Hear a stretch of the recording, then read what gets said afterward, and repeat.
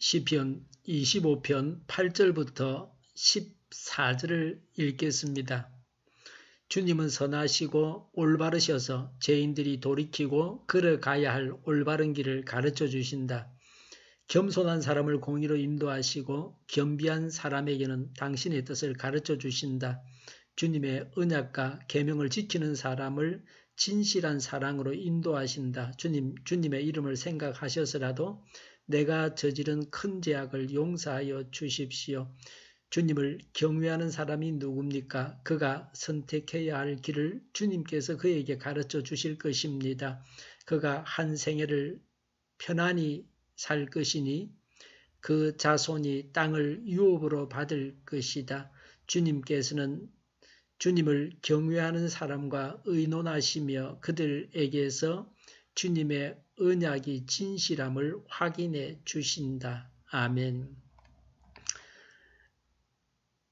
8절부터 10절, 12절에 인도하신다고 했습니다.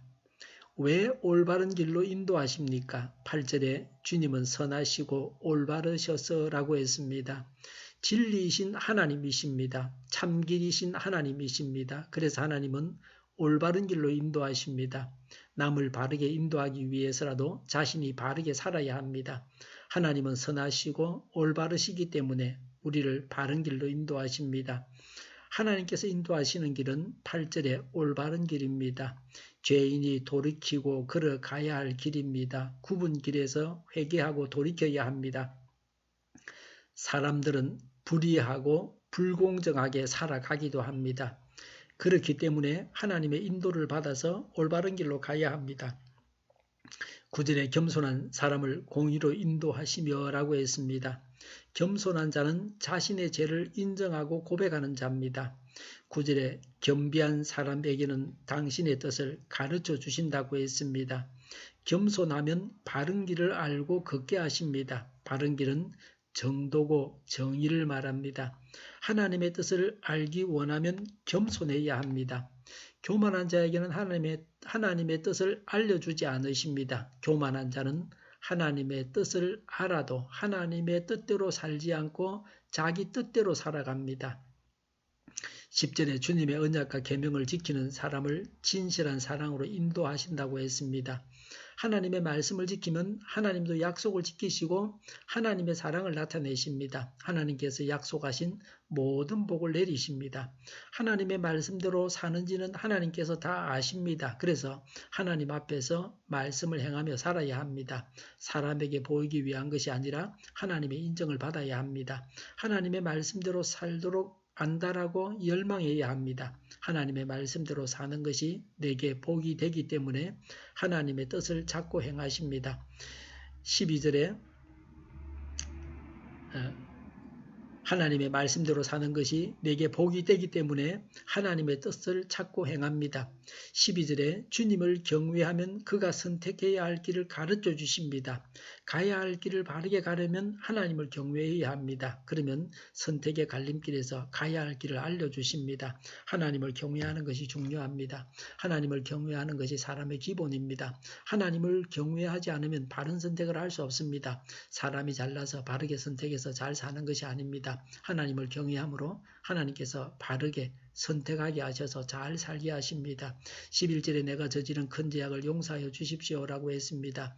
기도하는 자, 하나님의 인도를 받기 원하는 자는 죄를 고백하고 용서받아야 합니다. 언제나 죄악을 고백하고 용서받아야 합니다. 하나님께 나아가는 자, 하나님께 기도하는 자, 하나님의 인도를 받기를 원하는 자는 죄악을 고백하고 용서받아야 합니다. 11절에 주님의 이름을 생각하셔서라도 라고 했습니다. 하나님의 속성에 의해서 죄악을 고백하고 용서받을 수 있습니다. 하나님은 우리 사람의 죄를 용서하십니다. 그래서 예수님께서 오시기 전에는 소나 양 같은 제물을 바쳐서 죄를 용서받게 하셨습니다. 예수님을 보내셔서 우리의 죄를 대신하여 죽임을 당하게 하셔서 우리의 모든 죄를 한꺼번에 다 용서받게 하셨습니다. 이것을 알고 십자가를 믿고 죄를 용서받아야 합니다. 이런 하나님의 사랑과 용서를 무시하거나 외면하지 말고 믿고 나아가야 합니다. 주님을 경외하는 사람들이 받는 것들에 대해서 말합니다. 13절에 주님을 경외하는 사람이 생애를 편안하게 살게 하십니다. 영원한 하나님의 나라에 가서 영원히 행복하게 살게 하십니다. 13절에 자손이 땅을 유업으로 받습니다. 이 세상에서는 땅이 없어서 빈털털이 신사가 되지 않게 하십니다. 장차는 영원한 천국에 들어가게 하십니다. 14절에 주님을 경외하는 자와 의논하십니다.